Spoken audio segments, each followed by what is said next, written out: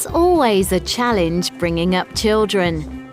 Teaching them how to be independent and look after themselves is not easy.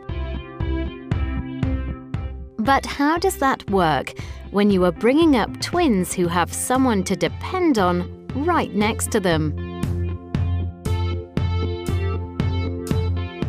The Department of Twin Research at King's College London has a database of over 12,000 twins who are taking part in a fascinating research programme.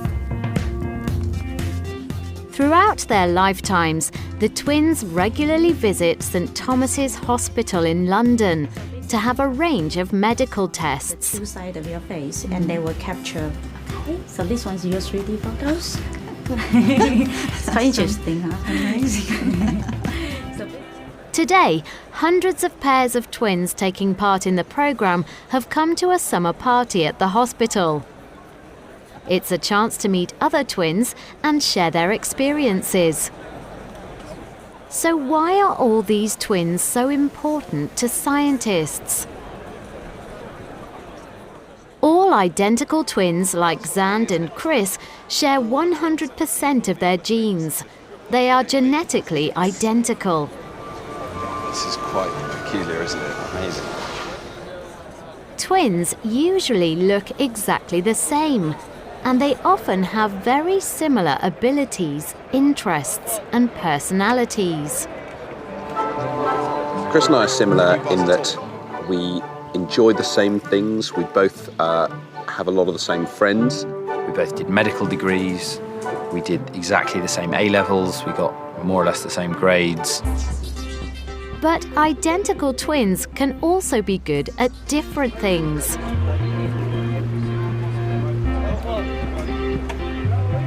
I think I am different to you. I think I do have some free choice. There are differences in our personalities.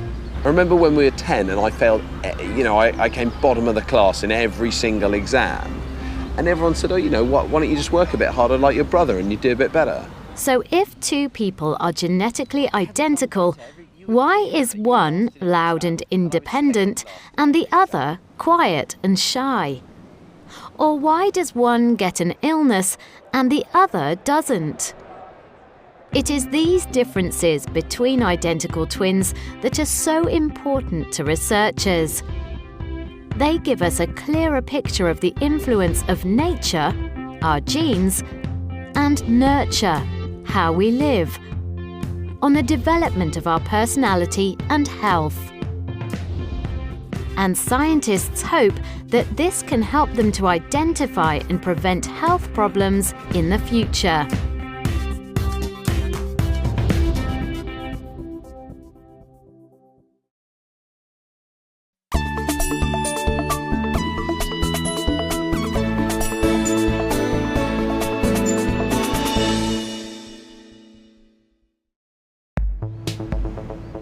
Runyararo and Rafaro Mapfumo are twins. They live together in East London. My name is Rafaro Mapfumo. I'm 20 years old. I'm 23 minutes older than my twin sister, and I study biomedical science at Middlesex University. I'm Runyararo Mapfumo, also 20 years old, and I'm studying film and visual effects at Sheffield Hallam University. For Rafaro and Runyararo, there are many more advantages to being twins than disadvantages. Having a double wardrobe is great as a twin.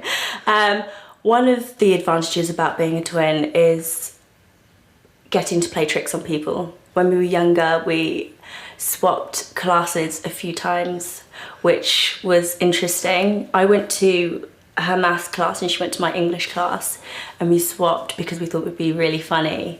We never got caught though. We used to look even more similar. Hey, and you, what would you... When they were teenagers, the Mapfumo twins did some acting. They learnt new skills, but, as at school, they were still able to take each other's place when necessary. What time is the next screening of Indiana Jones, please? It's at 3:30. Because they were twins, they once had the chance to work on a Harry Potter film. They would give us one role and divide that between us. So I would go on set for 3 hours while Renuara was in school. And then once I'd finished and I'd had my time on set, they used to swap us over. So I suppose that's good because even though we got to do what we loved, we still had enough time to go to school and get a really good education as well. Rufara's a bit more of a joker. She likes to make everybody laugh, whereas I could possibly be seen as more serious.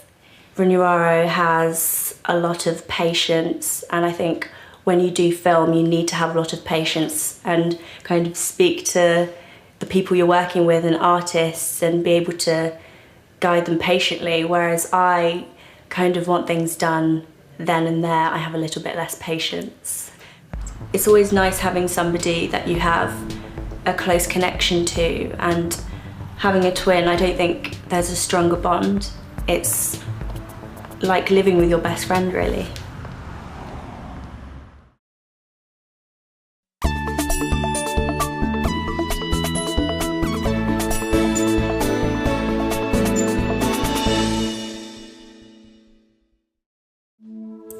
I love that. That's nice seeing that. Yeah, us dressed the same with our jackets. I think that's probably when we looked most similar, actually. Yes, yeah, we do. Rachel Mapfumo is the mother of the Mapfumo twins. For our audition, our first Very much. audition as twins. Yes. I remember buying those t-shirts in Marks and Spencer's. Yeah. So what's it like raising identical twins? I had to rely a lot on my parents because having two babies, they had different times of feeding. That was one of the difficulties. Different types of sleeping. And so you find if you didn't have any help, then you'll be up 24/7. Another difficulty is the cost. Everything you pay for is double. Not so much when they're young, but when they're older, it becomes very costly. Our spotlight picture. The girls bonded right from the first day. I used to keep them more or less together.